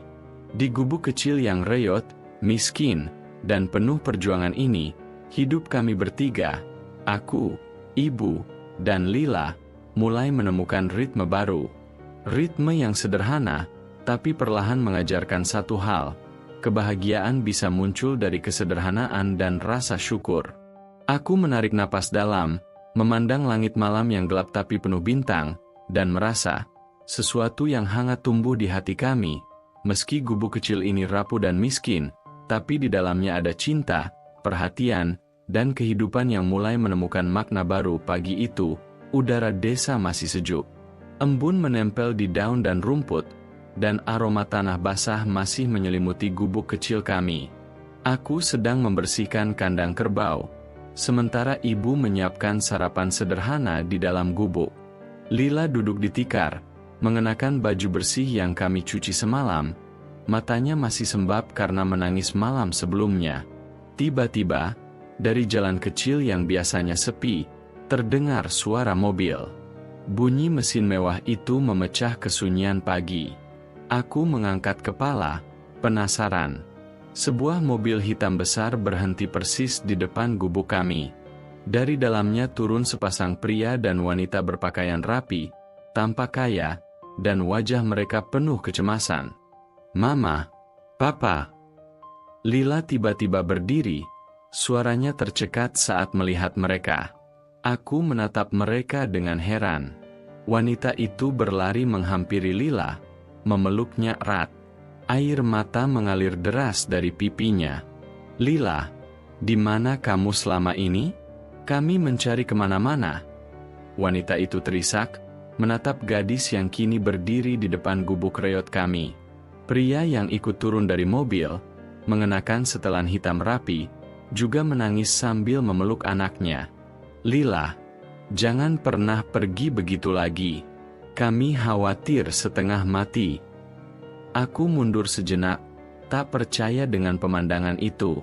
Mata Lila memerah, rambutnya kusut, tapi senyum kecilnya muncul di antara air mata. Ia memeluk kedua orang tuanya dengan erat, seolah tak ingin melepaskan mereka. Setelah beberapa menit yang terasa seperti selamanya, orang tua Lila melepaskan pelukan itu dan menatapku. Matanya lembut tapi penuh rasa terima kasih. "Hidayat, kami berutang nyawa padamu," kata ayah Lila, suaranya berat dengan campuran emosi. Aku hanya menunduk, merasa malu sekaligus terkejut. Saya hanya melakukan apa yang benar." Ibu Lila melangkah mendekat, menatapku dengan mata berkaca-kaca. "Kami tahu, tanpa kamu, mungkin nyawa anak kami sudah tak terselamatkan. Terima kasih banyak." Aku menggeleng pelan, menahan rasa haru yang tiba-tiba menyeruak di dadaku. Aku, Hidayat, seorang pemuda desa yang miskin, tak pernah menyangka akan berada di hadapan orang-orang kaya raya. Lila menatapku, matanya merah dan sembab, tapi penuh ketulusan. Tidak ada satupun orang yang menolongku waktu aku jatuh, kecuali dia. Suaranya pecah, tapi tegas. Hanya Hidayat. Dia yang menyelamatkan aku. Dia dan ibu. Aku menunduk lagi, tak mampu berkata apa-apa. Kata-katanya membuat dada ini sesak, campuran rasa bangga, terkejut, dan malu. Ibu Lila menggenggam tanganku sebentar, kemudian menepuk bahuku. "Anakmu, luar biasa. Hatinya tulus. Tidak pernah memikirkan balas budi atau harta." Aku tersenyum tipis, menatap Lila lagi.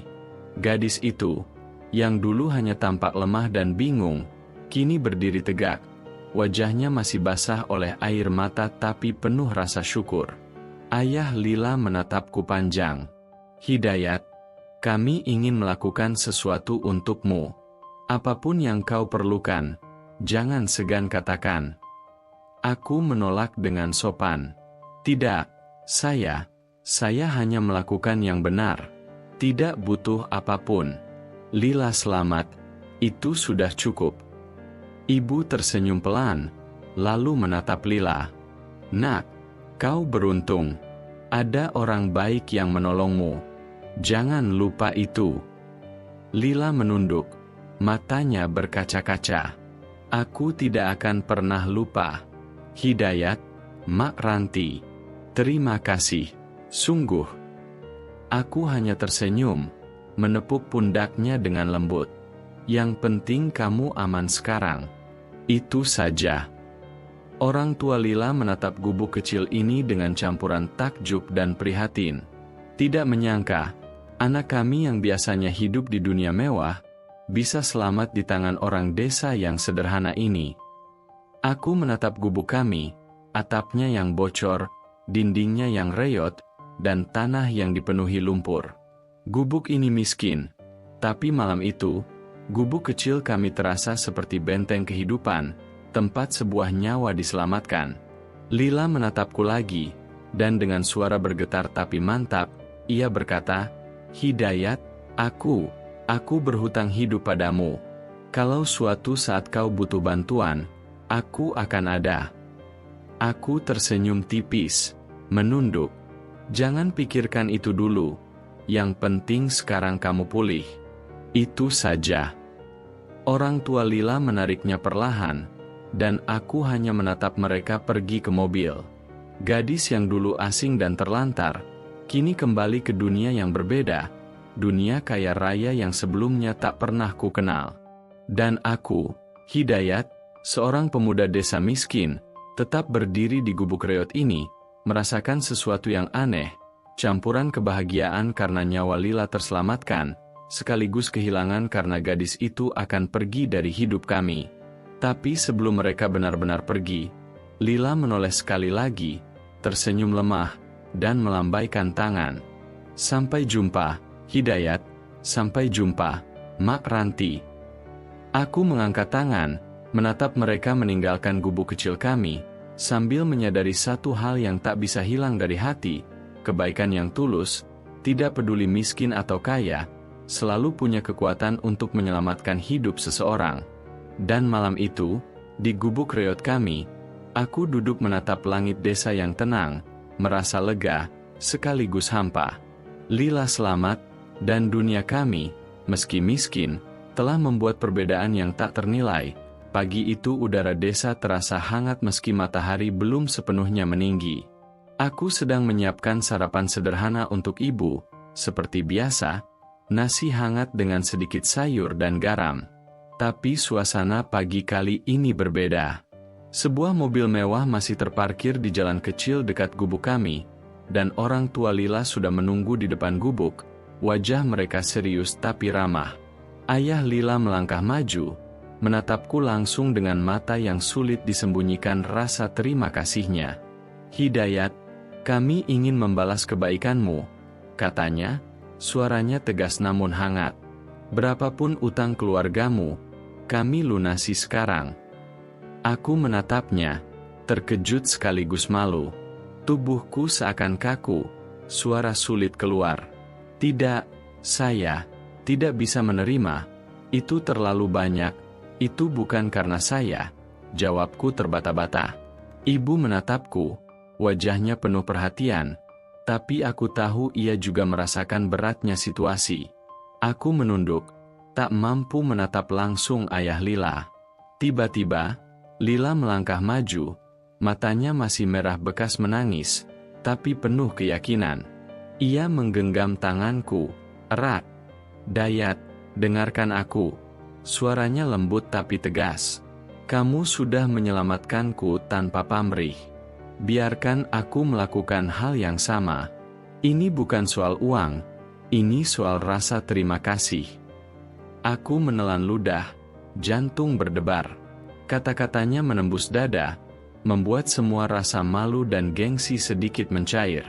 Aku menatapnya, mencari kata-kata, tapi yang keluar hanyalah napas panjang. Ayah Lila tersenyum tipis, seolah lega melihat anaknya bicara. Ia mengeluarkan beberapa dokumen dan buku rekening dari tasnya. Hidayat, tolong terima ini. Utang kalian, lunas semuanya. Kami ingin keluarga ini hidup tenang tanpa terbebani hutang. Aku menunduk, wajahku panas. Saya tidak tahu harus bilang apa. Ini terlalu banyak. Ibu menatap dokumen itu dengan tangan gemetar. Air matanya mulai menetes pelan. Ia memelukku erat. Suaranya bergetar. Dayat, ini. Ibu tidak percaya. Akhirnya, kita bebas dari semua utang ini. Aku menatapnya, dan hatiku ikut hangat.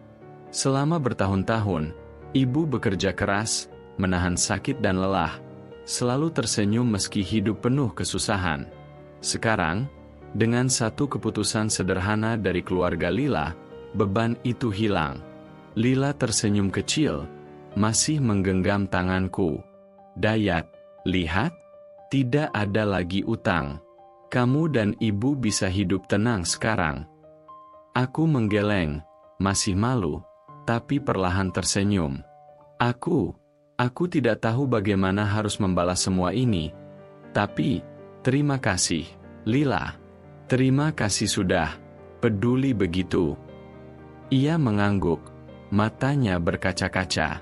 Tidak perlu membalas, Dayat. Cukup jaga ibu dan dirimu sendiri. Itu sudah lebih dari cukup.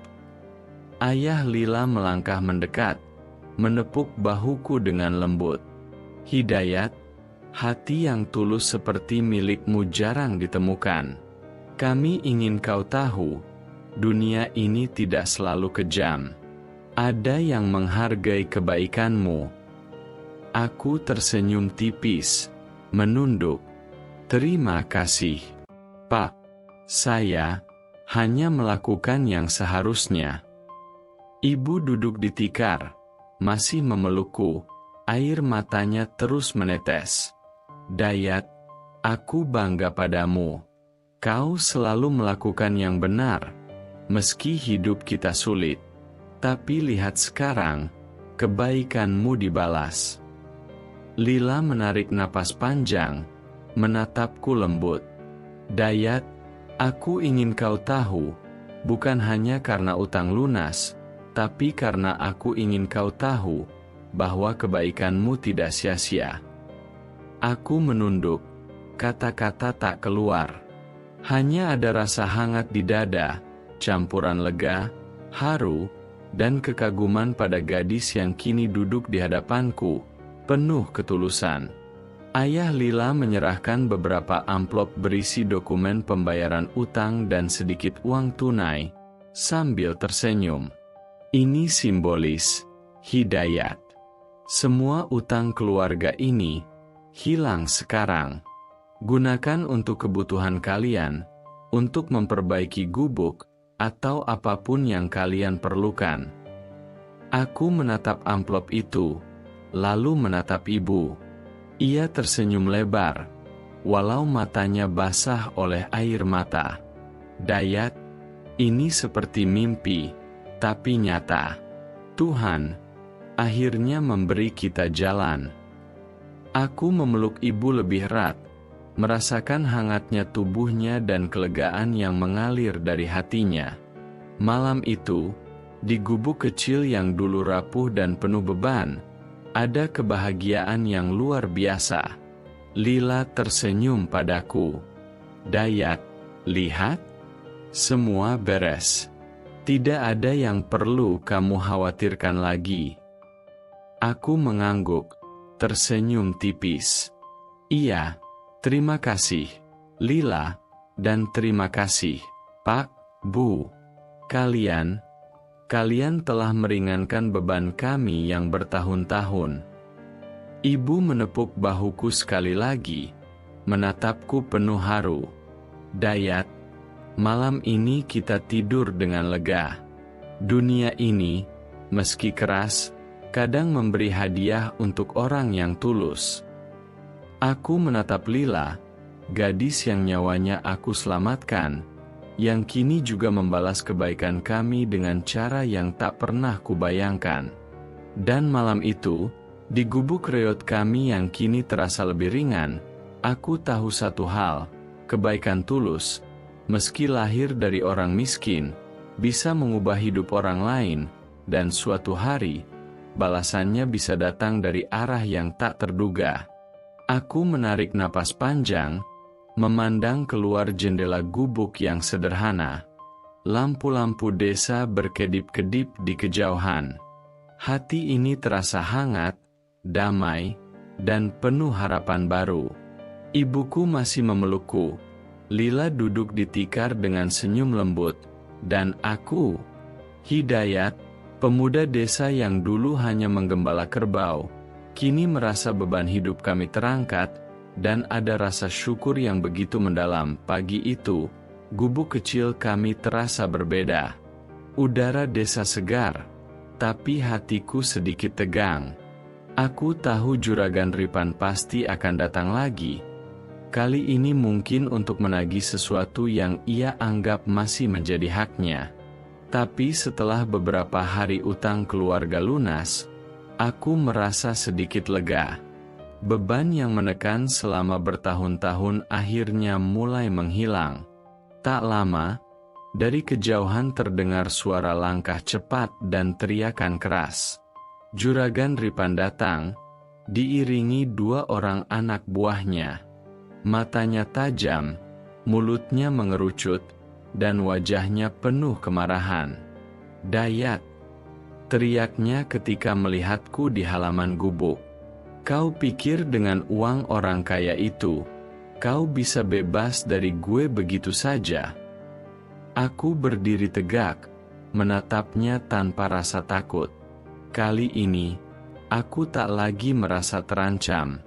"Juragan, utang kami sudah lunas. Aku tidak punya tanggungan lagi padamu." Ia menepuk-nepuk cambuk di tangannya dengan kasar.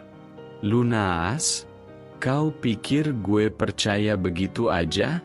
Gue masih punya hak atas kerbau-kerbau gue yang kau jaga." Aku tersenyum tipis, menatap kerbau-kerbau yang kini berkeliaran tenang di sawah kecil di belakang gubuk.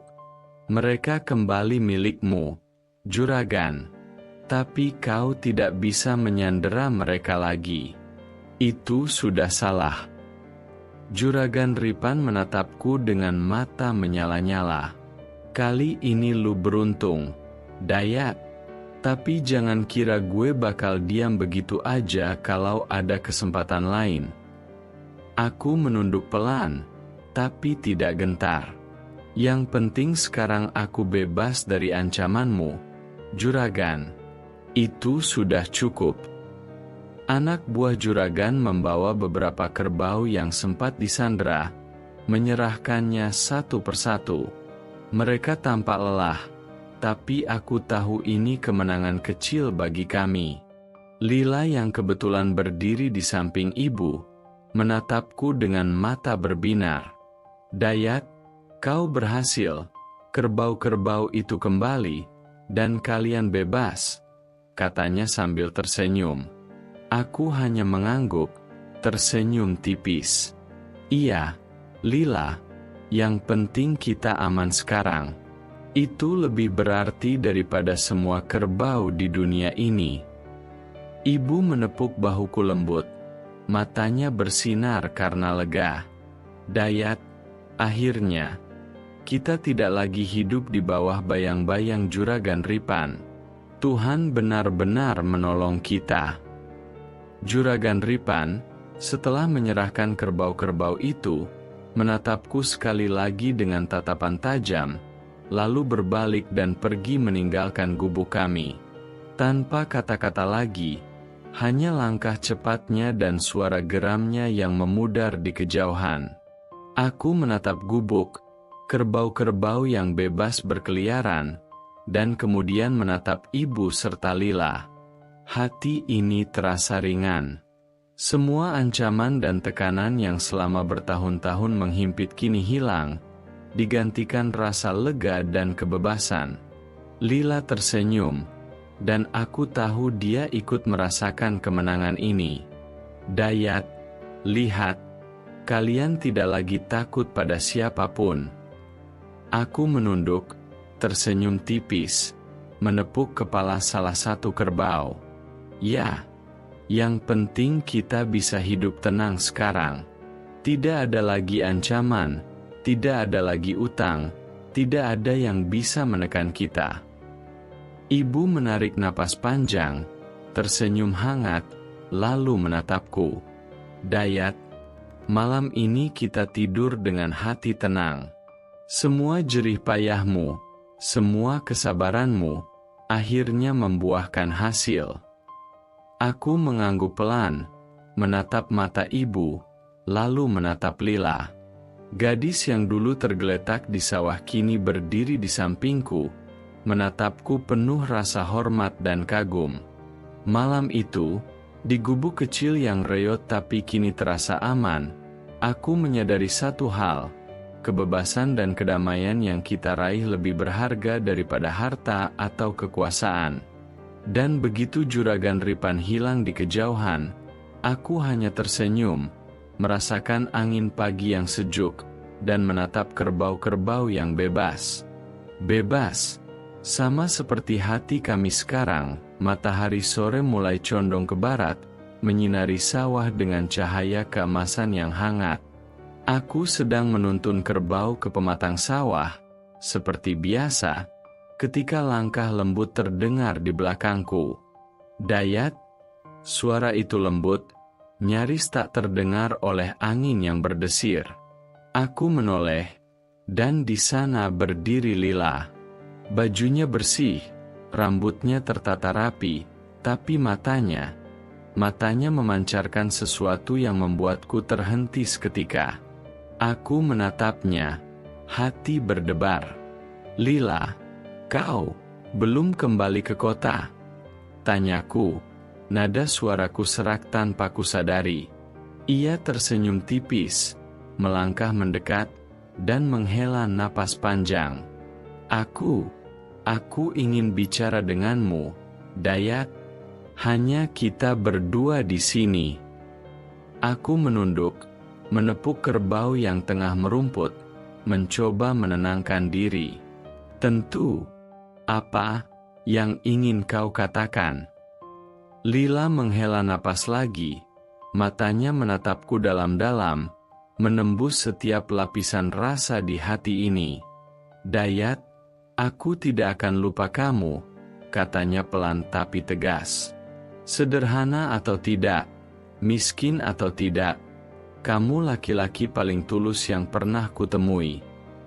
Hatiku berdebar lebih cepat. Aku hanya bisa menatapnya, tak mampu bicara. Kata-katanya menggetarkan dada, membawa campuran haru, bingung, dan kebahagiaan yang tak bisa aku ungkapkan. Ia melangkah lebih dekat, tangannya menggenggam tanganku dengan lembut tapi penuh keyakinan. Dayat, aku ingin kamu jadi suamiku.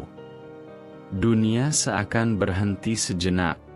Angin di sawah yang biasanya menyejukkan terasa membeku.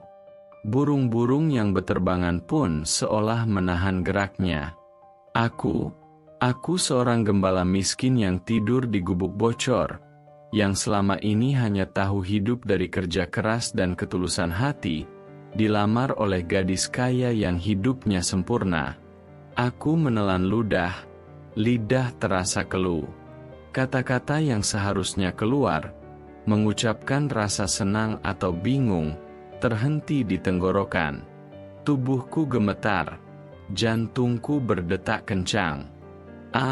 Aku mencoba bicara, tapi suaraku serak dan nyaris tak terdengar. Aku tidak tahu harus bilang apa.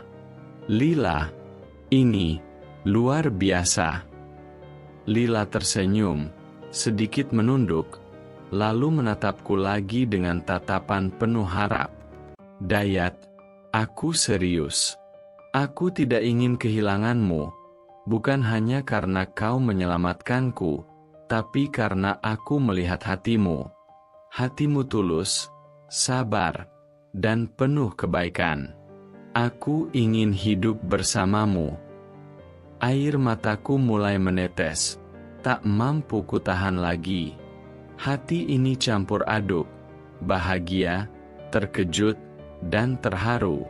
Aku menatapnya, lalu menunduk, merasakan hangatnya genggaman tangannya di tanganku. Dari kejauhan, aku melihat ibu berdiri di pematang sawah, menatap dengan mata berkaca-kaca. Tangan ibu menutupi mulutnya, tubuhnya bergetar menahan haru. Ia tersenyum tipis, tapi aku tahu, ia sangat bangga dan ikut merasakan momen ini. Aku mengumpulkan keberanian, memegang tangan Lila dengan erat, menatap matanya. Lila, aku tidak pernah membayangkan ini, tapi, kalau kau mau bersamaku, aku akan melakukan yang terbaik. Aku janji akan menjaga kau, apapun yang terjadi. Lila tersenyum, air matanya menetes lagi, tapi kali ini tersenyum hangat. Aku percaya padamu, Dayat. Aku ingin hidupku bersamamu, sederhana atau tidak, asal bersamamu. Aku mengangguk, menelan ludah, dan tersenyum lebar. Semua keraguan dan rasa minder hilang seketika. Hatiku penuh oleh kebahagiaan yang tak bisa kuungkapkan dengan kata-kata. Angin sore berhembus lembut, menyejukkan wajah kami yang basah oleh air mata. Kerbau-kerbau di sawah masih merumput, burung-burung berterbangan, dan desa di kejauhan tampak tenang. Tapi di tengah kesederhanaan sawah ini, hatiku terasa seperti terbang.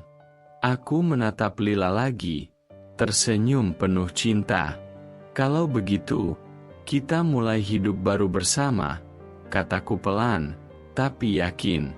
Lila mengangguk, tersenyum lebar, menggenggam tanganku lebih erat. Iya, hidup baru, Dayat, bersama. Dan dari kejauhan, aku melihat ibu menunduk, menahan air mata, tersenyum dengan hati yang lega dan penuh syukur. Momen itu, momen ketika seorang gembala miskin dan gadis kaya bersatu, menjadi saksi bahwa kebaikan hati, ketulusan, dan keberanian untuk menolong tanpa pamrih, bisa membawa kebahagiaan yang tak terduga, bahkan sampai lamaran cinta yang mengubah hidup selamanya. Di sawah yang sederhana, di bawah langit yang berwarna keemasan, aku dan Lila berdiri bersama, tangan saling menggenggam, hati saling menautkan.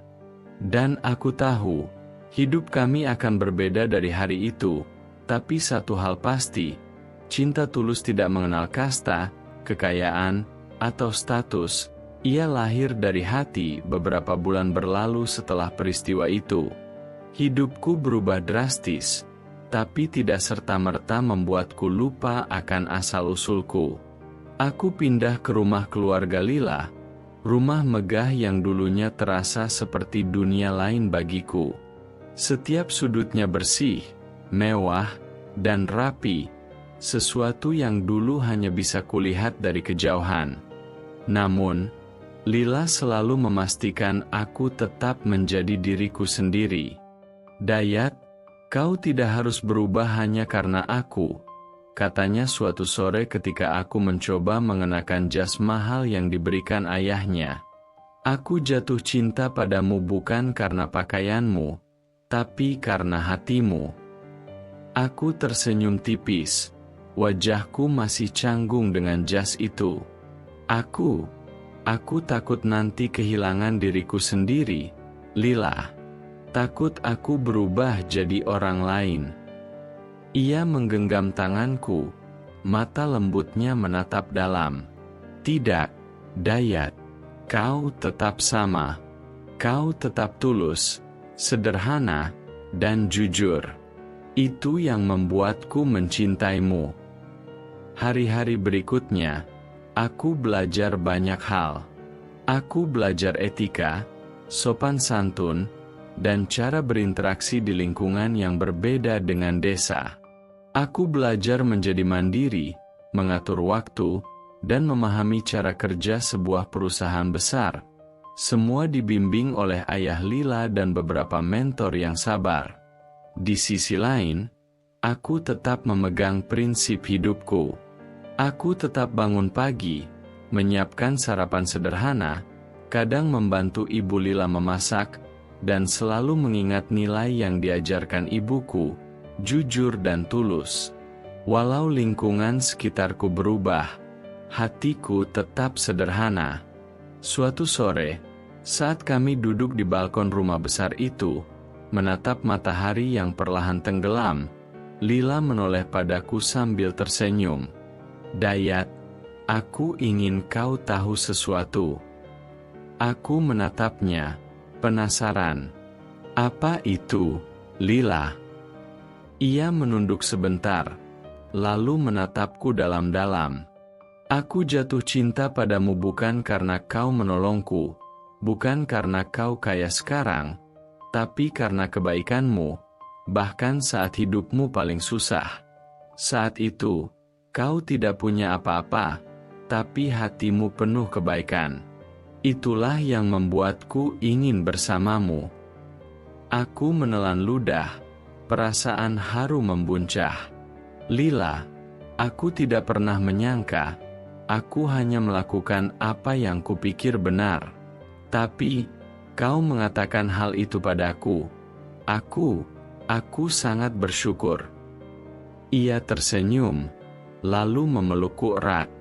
Kita akan menjalani hidup bersama, Dayat, dengan segala sederhana dan tulusnya hati kita. Waktu terus berjalan, dan akhirnya tibalah hari pernikahan kami. Aku dan Lila memutuskan untuk menikah sederhana, kembali ke kampung, tempat aku pertama kali menemukan Lila tergeletak di sawah, penuh luka dan ketakutan. Gubuk kecil kami dulu menjadi saksi pertama pertemuan kami. Kini, di sawah yang sama, keluarga, tetangga desa, dan beberapa sahabat datang menghadiri pernikahan sederhana itu. Kami tidak memakai pesta mewah, tidak ada hiasan berlebihan, hanya tenda sederhana, nasi tumpeng, dan senyum tulus semua orang yang hadir. Ibu berdiri di sampingku, matanya basah oleh air mata haru. Dayat, aku bangga padamu. Kau tetap menjadi anak yang tulus, walau hidupmu sekarang berbeda, bisiknya sambil menepuk bahuku. Aku menatapnya, memeluknya sebentar. Ibu, aku tidak akan melupakan semua pelajaran yang ibu beri. Semua kerja keras ibu membuat aku bisa sampai di sini. Lila tersenyum padaku, menggenggam tanganku. Dayat, aku ingin kita selalu jujur dan tulus satu sama lain.